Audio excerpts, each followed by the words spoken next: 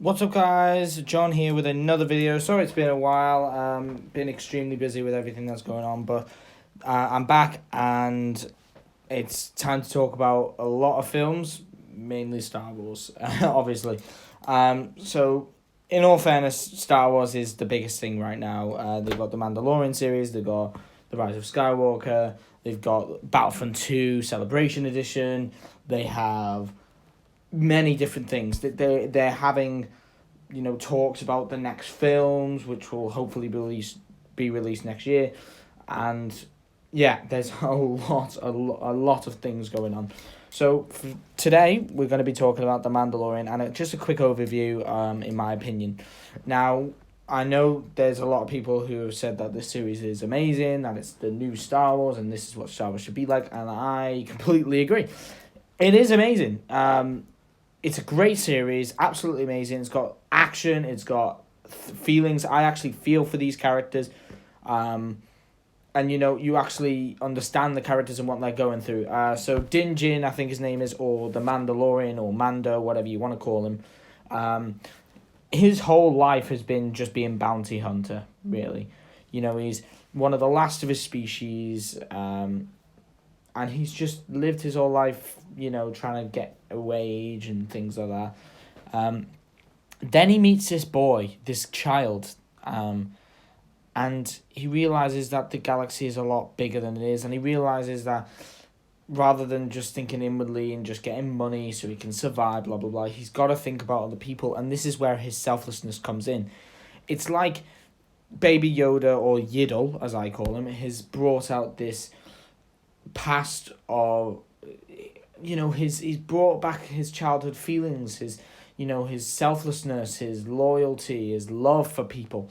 And in the whole series, you can see him move from being sort of a stone cold Mandalorian hunter to sort of a caring friend or family member of anything. You know what I mean? He feels like he's Yiddle's father, or Baby Yoda, whatever you want to call him. I call him Yiddle because he's little Yoda. Yiddle, forget.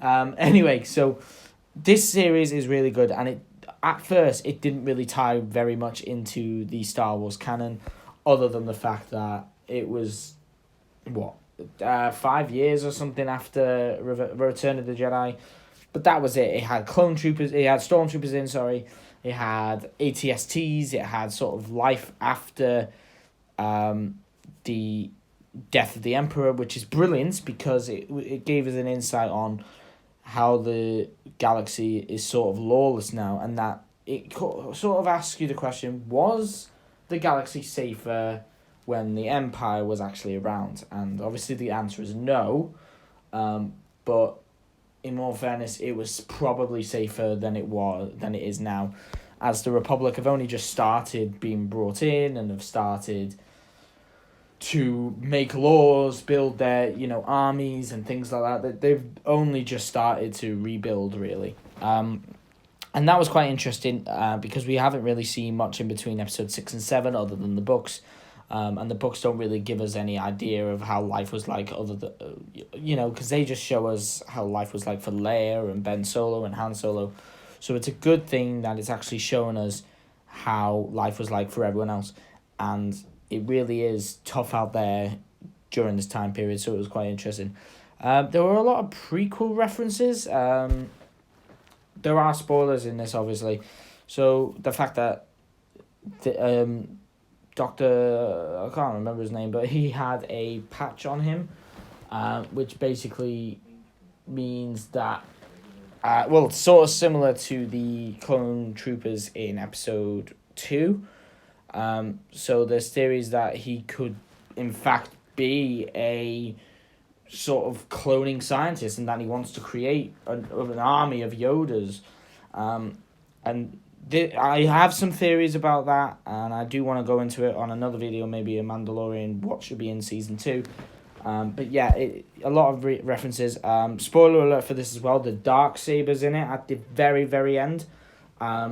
That is another prequel reference. In fact, it's not even in the prequels, it's in the Clone Wars TV show. And the Darksaber is a huge, significant object for the Mandalorians. And the fact that it's been returned sort of asks what happened to the other Mandalorians, because I think Sabine Wren in the Rebels TV show gave it to, I can't remember her name, but yes, gave it to another Mandalorian so that she could become sort of their leader and unite the clans. And the fact that Gideon has this sort of brings in the idea of the Great Mandalorian Purge, which has been brought up before in the series. My thoughts on it, I think that after the Empire fell, a few factions splintered off, a splinter group sort of thing that didn't actually want to carry on with the Empire. Some became mercenaries, like the Clients, stormtroopers, and then some actually joined some of the Moffs who thought, the Emperor's dead, we're not following his orders anymore, we're going to carry on how we want, control the galaxy. And that, I think that's what Moff Gideon's trying to do. And I actually think that the Moff Gideon killed all the Mandalorians in the underground. I reckon he was one of the people who slaughtered the Mandalorian homeworld and killed all the Mandalorians and took the Darksaber as the prize to show that he is stronger than the great Mandalorian army. And at the moment, I think there's only 2 Mandalorians left. Mando himself, and, of course, the Armorer. I think it depends. They are going to do a season, like a season 4 or sequel or whatever to Rebels. If it's season 4, I don't know. But they may do a sequel to Rebels, so it may show where Sabine Wren's going. So we don't know if she's alive or not, but anyway. So really, Mando is one of the last Mandalorians. So I'm assuming that because Gideon was defeated by one of the last Mandalorians, he's going to want to take him down. And I don't want to go too much into what they're going to do next, but I'm really glad that they brought the Darksaber back. It shows that it is part of the Star Wars universe. And I'm also quite happy with Yiddle's purpose. Yeah, he was just a character that was brought in for probably like comedic effect and stuff like that, and for the toys and stuff like that. I am ordering a Baby Yoda plushie, of course, because they are so cute. But the fact that Baby Yoda's in it shows how fatherhood, which is a big, feature to the Star Wars universe, how fatherhood turns someone. Now, Mando was a bit of a stone-cold killer, hunter, bounty hunter and stuff like that. And he sort of becomes a father figure to Baby Yoda. And he even starts his own clan with Baby Yoda as a foundling. Because they don't have to be Mandalorian-blooded to become a Mandalorian. I think they mentioned that Din Djarin isn't even a Mandalorian. He was a foundling and became a Mandalorian that way. It's not a species, it's a breed. So it's not like being a human. You could have a Wookiee Mandalorian, like you can have a Baby Yoda Mandalorian. And I do want to go into Baby Yoda and his origins a bit more. I might touch on it a bit in the What Should Be in Season 2 and then talk about Yoda species and my hopes for it.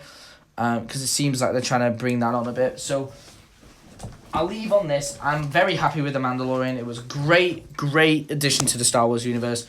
Brilliant era to go into because we haven't touched on it before. And it really does, like Jon Favreau said, I think, it does sort of start to build a picture of the First Order and how it was created.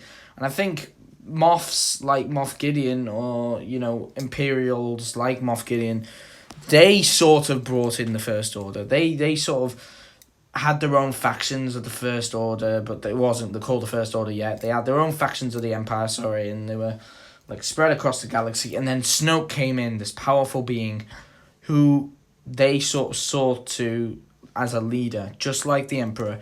And then they built the First Order around that. That's what I believe. But I will go into that and what I hope for Season 2 of The Mandalorian, because I'm really excited for it, and I just cannot wait. I do want to talk about, of course, Yiddle's history, Yiddle's origins, how he became who he is he a clone, blah, blah, blah. And I also want to talk about how he will be very important in future seasons of The Mandalorian. I know they're going to do a season 2. Whether they're going to do a season 3 is out, is up to speculation. But that's the end of this video. I hope you all did enjoy. Please like and subscribe and leave a comment down below on your thoughts about The Mandalorian. And in fact, tell me what you want for season 2, and then I will try and put it in my season 2 video. I'll tell you what I want, and then I'll explain what other people want and see how it's changed my opinion. Anyway, thank you all for watching, and I will see you in the next one. Bye.